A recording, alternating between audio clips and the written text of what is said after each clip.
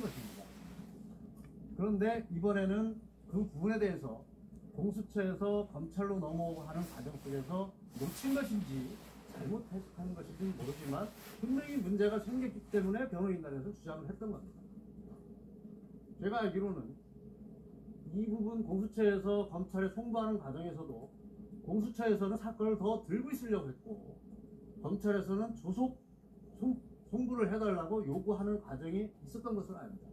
그나마 검찰의 강한 요청으로 며칠 더 일찍 송부했던 걸로 알고 있습니다. 이 부분에서 구속기간에 대한 문제는 잠재적으로 본인들도 다 인식하고 있었고 알고 있었던 내용입니다.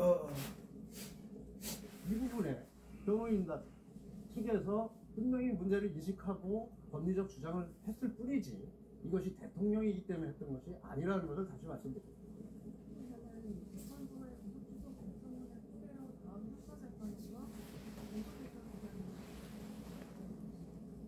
그 부분은 재판 때 말씀드리겠지만 아까 말씀드렸듯이 법리적인 문제에 대해서는 다 주장을 할 것이고 그 부분에 대해서 미리 결론을 가지고 말씀드리기는 어렵습니다. 헌재의 결정 지금 기존의 그 언론이 좀 관측했던 것보다는 좀 밀리는 더 이제 심리 기간이 좀 늘어나서 지금 기존의 대통령 탄핵 사건보다는 좀 퇴장 기록을 할 거라는 관측이 좀 있습니다. 이에 대해서는 좀 심리가 길어지는 부분 어떻게 보십니까? 글쎄 헌법재판소에서 심리가 길어지는 부분에 대해서는 제가 아는 바도 없고 언급할 문제도 아닌 것으로 생각은 되지만 안타까운 측면 분명히 있습니다. 대통령의 탄핵은 굉장히 중요해서 신속히 처리해야 된다고 해서 정말 폭주하는 기관차처럼 심리 과정이 지금까지 거쳐왔습니다. 그럼에도 불구하고 결심 이후에 심리가 길어지는 것에 대해서는 제가 이유는 알지 못하지만 안타깝게 생각을 합니다. 그로 인해서 역대 다른 탄핵 수치에 비해서 기간이 최장 기간이 된다는 것은 저는 그것은 그렇게 해석할 문제는 아니다. 왜냐하면 결심까지의 기간이 최장이었다면 의미가 있지만 결심 이후에 기간이 늘어나는 것은 그것은 최장 기간으로 평가할 문제는 아니다. 왜냐하면 헌법재판소의 심리가 길어지는 것 자신들의 결정을 위한 평이 기간이 늘어나는 것이지 어쨌든 전반적인 심리 사실관계나 법리관계를 위한 당사자들의 공방 속에서 이루어지는 심리가 늘어나는 것은 아닙니다. 그래서 그 부분은 최장기간이라는 평가를 해서는 안 된다고 생각을 합니다. 헌재 결정 앞두고 있고 그리고 형사재판도 지금 첫 공판 앞두고 있는 상황인데요. 지금 윤 대통령 석방 이후에 변호사님 통해서 뭐 전하신 말씀이나 좀 당부하신 말씀 등등 있으면 좀 그렇게 전해 주시죠. 특별한 것은 없습니다. 구속 취소 전으로 변한 것은 없습니다. 다만 대통령이 계시는 장소가 변했다는 것이고 처음부터 비상계엄은 대통령이 헌법상 권한 행사였다. 오히려 어떤 독주 입법 폭력에 대한 대통령의 국정 질서를 회복하기 위한 고심에 찬 결단이었다는 것이고 그 부분이 내란이 될 수 없다는 것은 자명하다. 그 기조 속에서 재판이 됐든 헌법재판이 됐든 임한다는 자세에는 변함이 없습니다. 그 부분 속에서 변호인단도 좀 대통령과 함께 뜻을 같이 하고 그에 따라서 보조를 맞춰서 변론을 할 뿐입니다.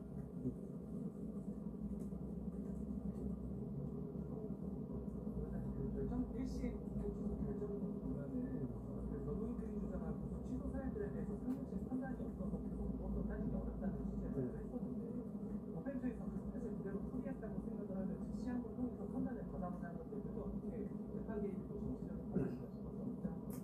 상급심 판단이 없다는 것은 지금까지 전례가 없다는 것 뿐이고 분명한 것은 구속취소는 그 구속취소 재판부의 결정이었던 것이고 거기에 대해서 의미가 아니라 거기에 대해서 즉시 항고가 이루어지지 않은 부분에 대해서 대법원의 법원 행정처장이 말가불가해서는 안 된다는 것입니다.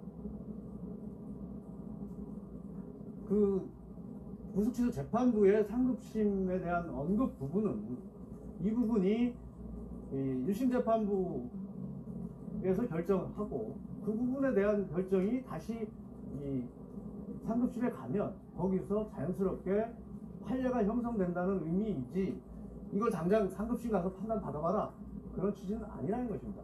그런 결정이 아닌데 대법원에서 1심 재판부에 대한 어떤 결정에 대해서 논평을 하거나 의견을 발표하는 것은 재판 개입이고 법관의 독립성을 침해하는 것이고, 만약에 즉시 항고가 이루어진다면 즉시 항고심 재판부에 대한 어떤 가이드라인 제시다, 저는 그렇게 생각을 합니다.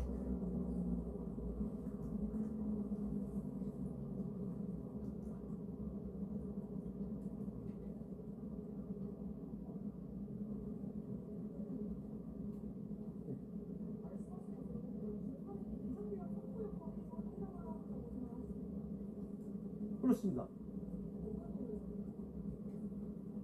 지금까지 수없이 설명을 했고 재판에서 주장을 했었는데 지금 그렇게 물어보시면 제가 할 말이 없습니다.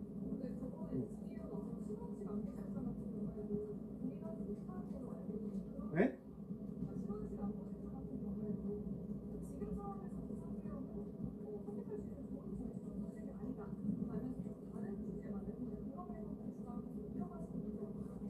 그럼에도 불구하고 그런 질문을 하신 이유는 뭡니까? 네? 그것은 신원식 안보실장의 판단인 것이고, 대통령이 보고 대통령이 판단하는 사안은 다르다는 걸 누차 얘기를 했습니다. 그리고 우리가 재판에 됐든 대외적인 주장을 하든 분명한 것은 탄핵 사유가 없음에도 불구하고 줄탄핵을 통해서 국정 마비를 시도했고, 심지어는 야당 의원이 한 11명을 국무위원 수 11명을 못 채워서 국무회의를 마비시켜야 된다는 발언까지 했었습니다. 이거는 국정 마비를 노린 탄핵이지, 정말 탄핵 제도를 통해서 어떤 행정부를 견제하고 헌법을 위반하고 법률을 위반한 공직자들을 공직에서 배제하려고 하는 그런 본래의 취지에 맞지 않는다는 겁니다. 근데 그 중에 안보실장의 일부 발언을 가지고 대통령의 발언을 평가해달라고 하는 것은 지금까지 취재를 오늘 처음 나오신 게 아닌가 의심스럽습니다. 오늘 기자회견 장소를 헌재가 아닌 서울고검으로 잡은 특별한 이유입니다. 특별한 이유는 없습니다.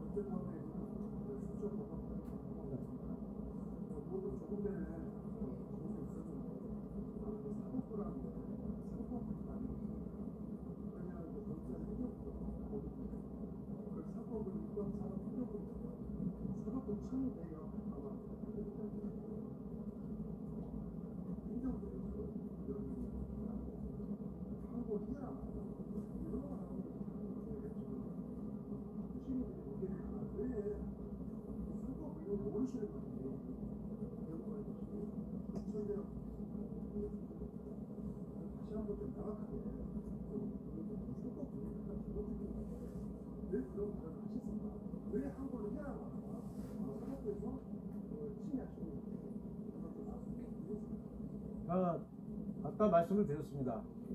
즉시 항고 여부에 대한 판단 권한은 검찰에 있습니다. 검찰에 있는 부분에 대해서 대법원의 법원행정처장 대법관께서 언급하신 것은 삼권 분립에 분명히 반한다고 말씀을 드렸고요. 적절치 않다. 그리고 그 부가 설명이나 여러 가지 이유를 봤을 때 어떤 헌법과 법률에도 위반되고 특히 정치적 중립성에 심각하게 위반 소지가 있다. 저는 그렇게 생각을 합니다. 그러면 대통령께서 15일에 할 건 1월 15일 날 국민들에게 전달드린 말씀이 있었습니다. 지금 불법이 더해지고 있다. 그리고 형사 사건에 본인들이 정말 그 입장에 있었을 억울한 일이 없도록 그런 본인 희생에 관해서까지 자진 출석하시면서까지 6월 중도를 막고 본인들이 자진 출석하신다고 했어요. 지금 어느 정도 밝혀지고 있습니다. 조금 더 강력한 말씀을 직접 하고 본인들께 좀 주셨으면 하는 청년들, 젊은 사람들이 그런 고대하고 있습니다. 예, 그동안 대통령께서 충분히 말씀을 하셨고요. 지금까지 이 계엄 선포 이후에 진행된 일련의 수사나 재판, 그리고 헌법재판의 과정을 보면 정말 법치가 무너졌다, 법치가 사망했다, 이런 평가가 지속되고 있습니다. 이런 것을 바로잡기 위한 과정 중에 하나가 비상계엄 선포였습니다. 하루속히 탄핵이 기각돼서 대통령이 대통령직에 복귀를 하셔서 지금까지 쌓이고 쌓인 감춰졌던 것이, 드러나지 않았던 것이, 놀려져 있던 것들이 드러났습니다. 이 부분을 빨리 회복을 하고 법치가 확립되기를 저도 바라고 있고, 그것이 대통령이 비상계엄을 선포했던 기본적인 마음이시고 생각이라고 저도 생각을 합니다. 네, 오늘은 여기까지 하겠습니다. 고맙습니다.